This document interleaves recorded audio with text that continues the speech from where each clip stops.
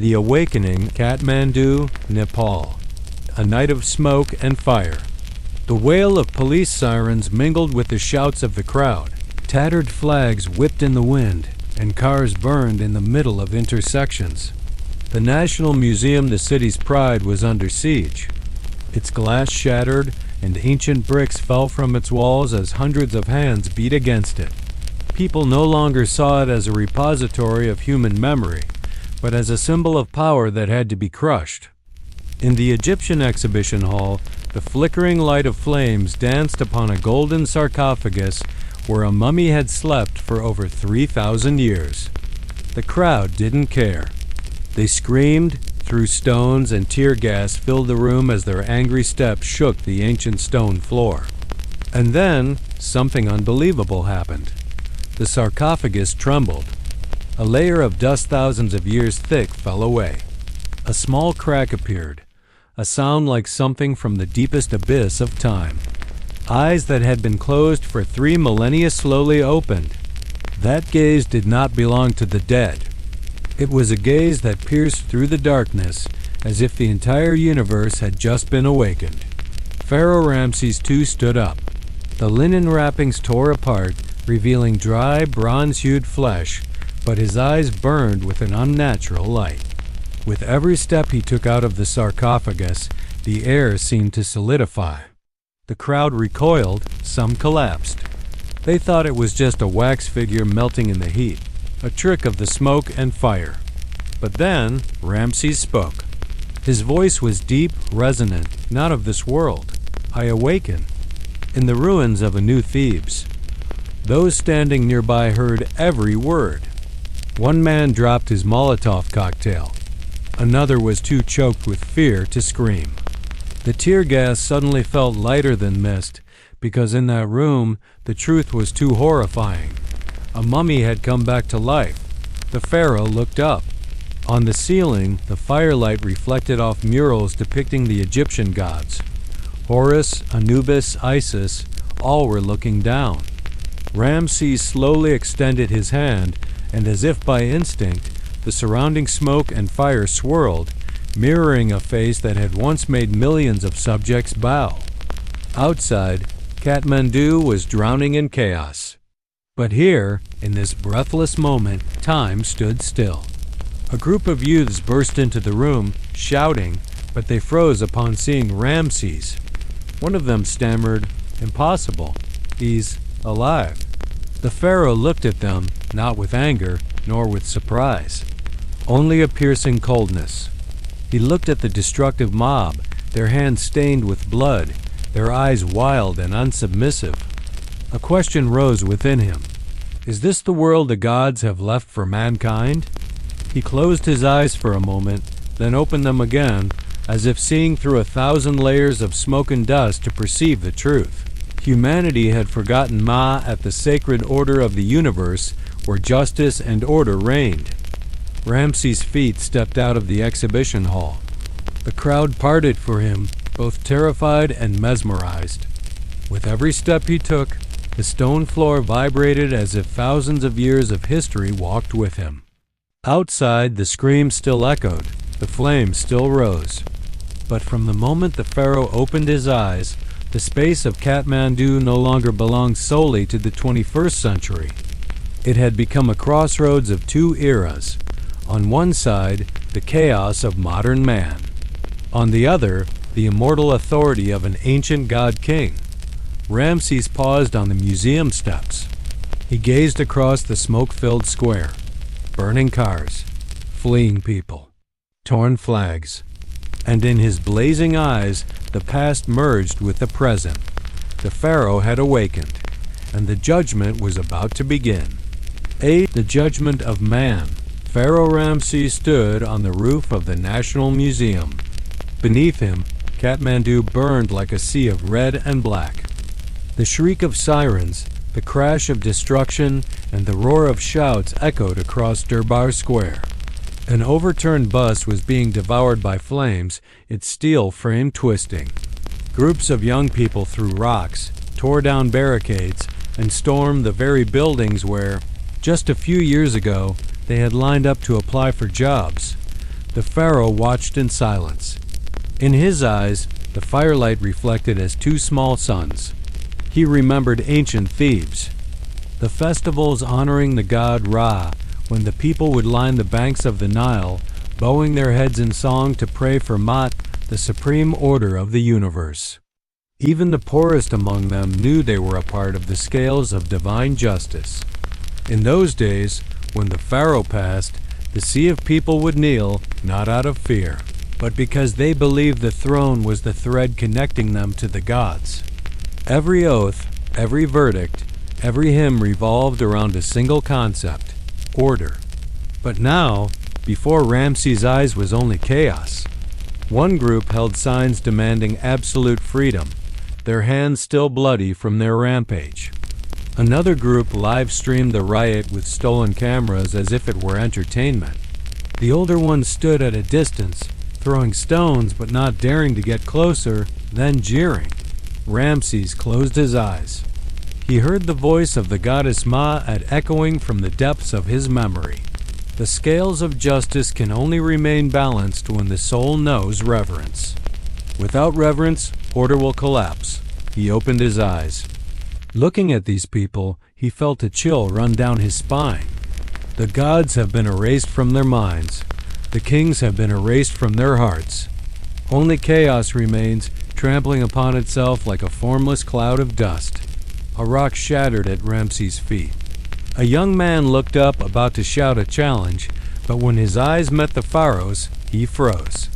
For a fleeting moment, the youth no longer saw a stranger in linen wraps, but the silhouette of a ruler beyond his imagination. The pharaoh did not need to speak. His very presence was judgment. In the square, clouds of tear gas rose. The crowd was still screaming, but to Ramses' ears, the sound was no different from the braying of camels in the desert, loud but meaningless. He knew this chaos was not random. This was not an uprising for justice, but a purposeless tempest, an explosion with no mat to guide it. In the pharaoh's mind, the image of Osiris's scales appeared. On one side, a human heart. On the other, the feather of Ma'at. If he were to place the hearts of those below on the scales, he already knew the result. Once more he whispered, but his words echoed like thunder in the Kathmandu sky. You call this freedom? No, this is chaos. And chaos always paves the way for a heavier yoke. He did not take his eyes off the crowd, because from deep within that sea of people, he began to notice other gazes, not of anger, but of silent, calculating eyes. The ones who did not shout, did not destroy, but merely observed. And they were smiling. That smile sent a shiver through the pharaoh. He realized, behind this chaos, there was an unseen hand pulling the strings. The pharaoh tightened his grip on his scepter, his silhouette etched against the smoky sky. The judgment had only just begun. Dialogue with the new generation. The night in Kathmandu was as thick as spilled ink. Smoke and fire still billowed, but amid the screaming sea of people, a silent clearing suddenly opened at the foot of the museum. Pharaoh Ramses stood there, as tall as a living statue, his gaze boring into each young face. The crowd was both terrified and enraged. No one dared to step forward until a girl did. She was barely 20. Her face was smudged with soot, her hands trembled with fear, but her eyes burned brightly, the eyes of a generation that refused to kneel. She swallowed hard, then raised her voice. We don't need kings. We don't need gods. We need freedom. Her words echoed across the square, silencing many. Some nodded in agreement. Others exchanged hesitant glances. The pharaoh was silent for a moment. Then he laughed. It was not a laugh of mirth, but one bitter with tragedy. Freedom? He stressed each word, his voice like thunder crashing down. You call this freedom? When you burn your own homes and shatter the altars of your ancestors? When you trample upon each other to clear the way for a new yoke? The girl swayed slightly, but held her head high. We are rising up because we no longer want to be ruled. because we want to decide our own destiny." The pharaoh looked directly into her eyes. For a moment, he saw an entire generation, young people lost in a storm of information, yearning to break their chains without knowing where the new ones would come from. He raised his hand and pointed to the edge of the crowd. There, a few figures stood silently. They weren't shouting, holding banners, or throwing stones. They just stood with their arms crossed, observing and smiling. "Do you see?" The pharaoh's deep voice resonated. "While you burn, they only watch. While you scream, they remain silent, because they know you are the puppets clearing the way for their throne." The girl turned to look. It was true. There were people standing unnervingly silent amidst the chaos. Their smiles made her shudder, as if this was all a play and the crowd was merely acting out a pre-written script. The pharaoh leaned down, his voice softer, but each word cut like a knife. "Freedom is not born from chaos. Freedom is born only when man learns to rule himself." The girl could not answer immediately. Thousands of eyes watched, waiting to see where the dialogue would lead. In the silence, the only sounds were the crackling of burning wood and the wind whistling through the ancient buildings. She bit her lip, then said, her voice trembling but firm, "Maybe we're wrong, but at least we don't want to live on our knees like your ancestors." The pharaoh closed his eyes and sighed. For a fleeting moment, he saw a vision of the people of Egypt kneeling by the Nile, their eyes filled with faith, not fear. And he understood. The gap between their two generations was wider than the Sahara Desert. When he opened his eyes again, Ramses was no longer angry. There was only a mixture of sadness and warning. "You think you are awake, but in truth, you are still sleeping in someone else's dream." A murmur went through the crowd. The girl froze. The pharaoh's words seemed to have cracked the fervent belief they held. The sky suddenly turned cold. From a distant place, an echo of a name seemed to return ... Bravo. The pharaoh looked up. His eyes flashed with a strange light. He had recognized the true hand manipulating this era. Act 4. The Bravo Conspiracy. Part 1. The vision and Bravo eyed the sky over Kathmandu that night was no longer just the sky. With eyes that had just awakened after 3,000 years, Pharaoh Ramses saw invisible cracks tearing the night apart. From these cracks, time flowed backward, memory and prophecy merging into one. A cold wind howled, carrying whispers in many different languages, ancient Egyptian, Greek, Sanskrit, English, all interwoven. Ramses heard it clearly. It was the sound of manipulated history. In that moment, he was no longer standing on the museum roof, but seemed to be lifted into an endless universe. The Nile River snaked beneath his feet, then transformed into the chaotic streets of the 21st century. Centuries flashed before his eyes. Empires fell, dynasties rose, and riots followed one another. And at the center of it all, there was one mark. Bravo. A voice echoed, as cold as metal. Bravo, I. So's chaos. Before Ramses' eyes, scenes unfolded, cities burning from protests. Young people raising banners, thinking they were the masters of their time, but in reality, they were just pawns for others. Money flowed like a river from invisible accounts, fueling the rage, turning every shout into a blade cutting into the flesh of their own nation. Ramses saw that Kathmandu was not unique. From South America, the Middle East, Europe to Asia, similar fires were erupting. A vast network was orchestrating and inciting every society. Bravo, I was not freedom. It was the fire of ignorance. It breathed blind fury into young hearts, making them believe they were breaking chains, when in fact they were only destroying the one boat keeping them afloat. The pharaoh frowned. He remembered the rebellions in ancient Egypt, when the people were incited by enemies, thinking they were rising against injustice, but in the end, only creating an opportunity for foreign invaders. History was repeating itself, but this time on a larger scale, and the hand pulling the strings was hidden deeper. The voice echoed again, "Bravo 2. Plants a new throne." Ramses was startled. He understood that Bravo I was just the beginning, sowing chaos, destroying the foundations. But the real goal was Bravo 2? In the Pharaoh's eyes, a new vision opened. After the storm overthrew the government, a savior force would appear. They would wear the cloak of legitimacy, bearing the name of a new government, a new leader, but every thread of power would lead back to an invisible hand. He looked back at the square. The Gen Z crowd was screaming, thinking they were changing history. But Ramses knew in reality they were just the stepping stone for Bravo 2 to place its new throne. The pharaoh tightened his grip on his scepter. The eye of Rhea on its tip shone, blazing in the smoky sky. Not to burn, but to expose. Bravo had been initiated, and if it wasn't stopped, humanity would enter an era where chaos was the prelude to an invisible tyranny. Part 2.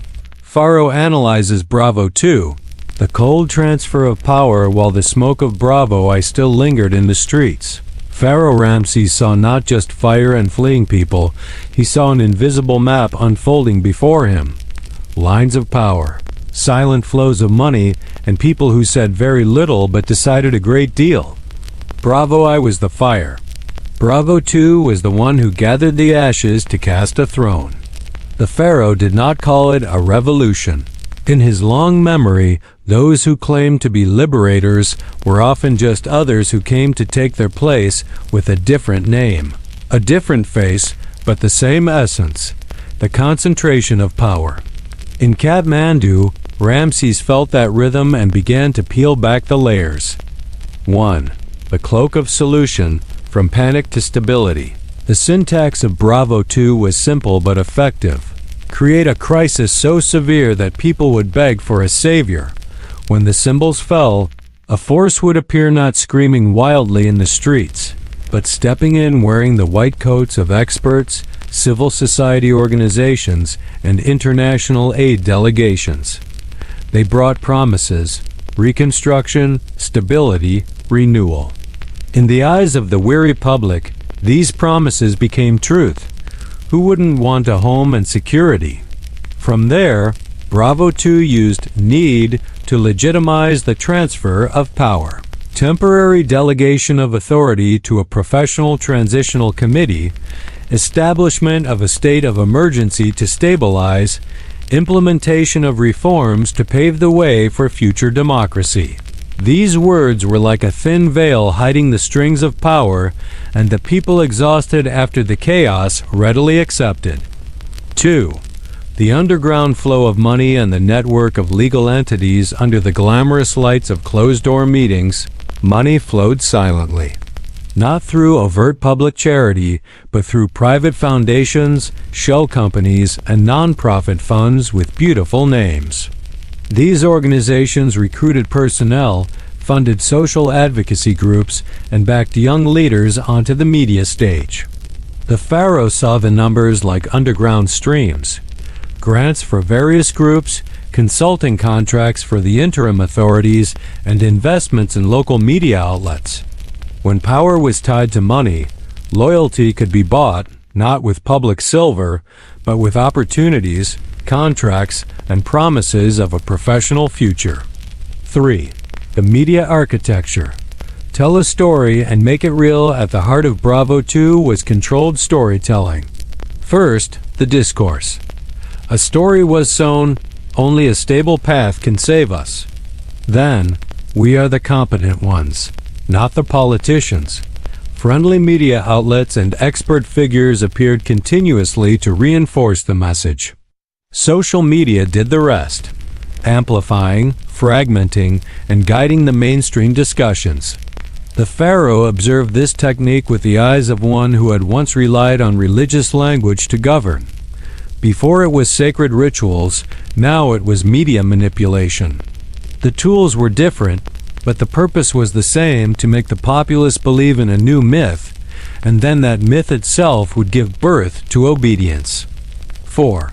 The legal and soft governance mechanisms Bravo II did not need guns to last. It needed layers of legality, emergency orders, an interim government, a temporary legislature appointed by selected figures. New laws hastily enacted, for the time being, would later be difficult to reverse. Legalization was the most important step in the transfer of power. Anything written down and stamped, even if created in chaos, would have legitimacy in the eyes of the international community. Ramses recalled ancient decrees. A single word, a single seal could turn a person into a criminal or a saint. Today, that seal lay in the stamp of modern law, and Bravo II knew how to use it. 5. The security structure, legitimizing violence. A new entity appeared, the Order Protection Force, the Security Volunteer Team, or even the Civilian Army. They were presented as tools to protect the people from anarchy. But as power became concentrated, this force became the arm that enforced the policies of the new sovereign. Temporary directives allowed for arrests, restrictions on protests, and censorship, everything framed as necessary measures to restore order. The Pharaoh saw the cycle: chaos, demand for stability, transfer of power, legitimization of violence, consolidation of power. 6. Technology, data, identification, and locking public will in the 21st century. Bravo II did not overlook the new key: data. Whoever controlled the data on behavior, relationships, and habits, that person could predict and direct behavior. Data was collected under the guise of public safety, crisis management, or aid recipient registration, and then models were used to find who was easily persuaded, who was influential, and which groups needed to be isolated. The Pharaoh, who had once observed archaeologists, likened this technology to an all-seeing eye. It knew who was weak-willed, who was easily bought, and who would resist. When data was combined with algorithm-driven media, shaping public opinion became a sophisticated product, more effective than any propaganda leaflet of the past. 7. The international system, recognition, and the obsession with legitimacy. Bravo II knew the value of international recognition. An official statement from an international organization, a word of praise from friendly governments, an emergency aid package all helped to legitimize the transitional committee. From the outside, the event was seen as reasonable, an interim government accepted by the international community to prevent the spread of chaos. From the inside, it was a finely honed scepter of power. 8. Turning ideology into a tool of governance. Finally, Bravo II not only used tools but also sowed an ideology. Instead of revolutionary declarations of democracy, they launched slogans like necessary reforms, effective justice, and security first. These slogans gradually replaced the raw concepts of freedom. The weary populace accepted the trade of freedom for stability and economic opportunity. When this ideology seeped into the education system, the press, and cultural organizations, it became the new normal, and Bravo II transformed from a temporary solution to a permanent structure. Pharaoh Ramses did not just see a plan, he saw the repetition of a pattern. Every era had different decorations for tyranny, but the core remained the same. Create chaos, appear as a savior, legalize power, and then turn it into permanent power. He bowed his head in the cold. The eye of Ra on his scepter flared not to burn, but to expose the structure. Ramses knew, to fight Bravo II, it wasn't enough to protest louder or shout louder. It required people who could see through the mechanism, who could identify the invisible strings, and who possessed a collective intelligence wise enough not to become the stepping stone for a new throne. And from the edge of the crowd, the silent figures, the ones who had been smiling, turned to each other, quietly making calls, closing signed contracts, and directing the next act of the play. Ramses took a deep breath. The time for illumination had come. He was preparing to expose the hands behind the curtain, But first, he had to gather the evidence to make the youth see the strings, not just the shadows or the screams. Act 5. The Final Judgment. The final night in Kathmandu was unlike any before it. The smoke had not yet cleared, but it was no longer the smoke of aimless chaos. It was the smoke of exposed truths. Streetlights flickered like candles in the wind. The shouting faded, giving way to a heavy silence like the moment before the heavens open. Pharaoh Ramses stood in the middle of the square. His scepter cast a gentle glow. The eye of RIOTS was not blazing to incinerate, but to illuminate. He raised his hand, and his voice rang out not to pronounce a sentence, but to instill a lesson. If you want freedom, then break your chains. But do not chain yourselves to the yoke of an invisible master. Those words were soft yet piercing. Ramses did not judge with anger. He judged with the memory of a civilization that understood order and justice, and with the experience of one who had witnessed the cycle. Chaos gives savior, gives legalization, gives consolidation. He looked into the faces of each young person, each journalist, each remaining official. Then he began to speak, not just as a king, but as a practical teacher. Judgment and analysis. Ramses called Bravo I an illusory fire and Bravo II a throne held together with glue. He explained not to astound, but to open their eyes. Bravo I sowed chaos with the goal to destroy old beliefs, to exhaust the people, and make them ready to seek a quick solution. Bravo II seized the opportunity to appear under the guise of stability, using a temporary legal system, aid organizations, shell foundations, and a media network to transform temporary authority into legitimate power. He analyzed in detail but with brevity, so that everyone could understand. Flow of money and prestige. Those charitable funds were not anonymous. They were the financial lifeblood, buying a chain of small but continuous impacts, seating receptive personnel into vetted positions. Controlled storytelling. The narrative was designed. Insight gives fragment, gives propose a solution. Once the story had taken root, the new power only needed to step in, wearing the mantle of a rescuer. Legalization, decrees, temporary orders, and emergency clauses could permanently lock in changes if there was no audit or opposition. Technology to steer intent. Data, algorithms, and social profiling turned behavior into a predictable object. When data fell into the hands of manipulators, public will was guided rather than self-determined. Transnational power. Global economic interests desire a predictable political environment for exploitation. They don't need a direct throne. They need a favorable economic structure. He emphasized a key point. Not all chaos leads to freedom. On the contrary, chaos can be the prelude to a new yoke, one more discreet, legal, and more enduring than any overt tyranny. Counsel, specific but not a manual. Ramses did not offer empty theories. He gave the crowd, and especially the young people, a series of practical admonitions, embodying the spirit of Ma'at but adapted for the modern world. 1. Transparency first. Publicize cash flows, disclose who is behind the funds and who receives the funding. When money is traced, the network loses its cloak of invisibility. 2. Protect independent public discourse. Public interest media, investigative journalism, and diverse distribution platforms are the fence against commissioned narratives. 3. Education on data and critical thinking. People need to understand how the data they give away is used. Campaigns to improve data literacy and media literacy are preventative weapons. 4. Legal audits and public contracts. Temporary authority must have a clear time limit. Every emergency decree needs a mechanism for repeal and an independent audit. 5. Build genuine participation mechanisms.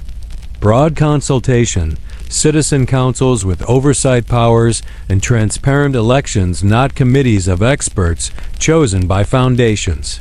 6. Regulate technology.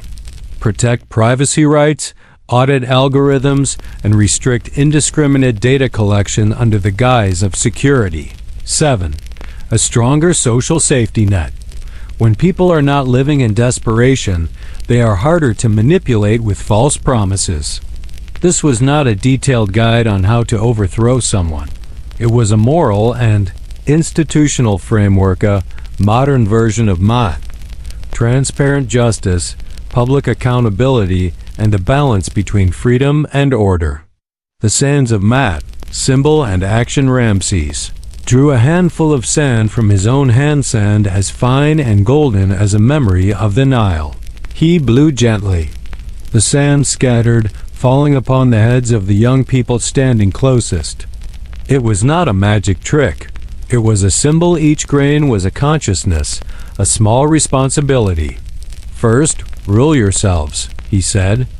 Then think of ruling the world. The meaning was clear. Start with individual autonomy, control your own actions. Understand your sources of information, and do not surrender power to vague promises. When each individual takes responsibility, the community grows stronger, and anyone seeking to turn chaos into a throne will find it difficult to succeed. Ramses did not stay to rule. Instead, he sowed the seeds of a foundational ideology. Mat reinterpreted not to return to a feudal regime, but to serve as the foundation for a responsible republic where power is bound by law, by transparency, and by the people. An open ending, he turned his back and his body gradually dissolved into dust, into history like a reminder. The particles flew across Kathmandu, landing on the hands of the repentant, on the foreheads of journalists, clinging to the coats of officials. Everyone felt something grow heavier, not guilt, but responsibility. The architects of Bravo had not been completely removed from the game. They retreated, revised their script, and awaited another opportunity. But what had changed was the light. The eye of Re had exposed the map. When the people saw the map instead of just shadows, they began to ask the right questions. Who benefits? Who signed the contracts? Where is the money flowing? And the final, great question echoed in the air, gentle yet severe. But is that truly the whole story? Or does history still hold secrets sleeping beneath the sand, waiting for their day to awaken? The pharaoh vanished. The work that remained no longer belonged to him. It belonged to the hands that had received the sand, to rule themselves, to maintain transparency, and to have the courage to look directly at the invisible hands.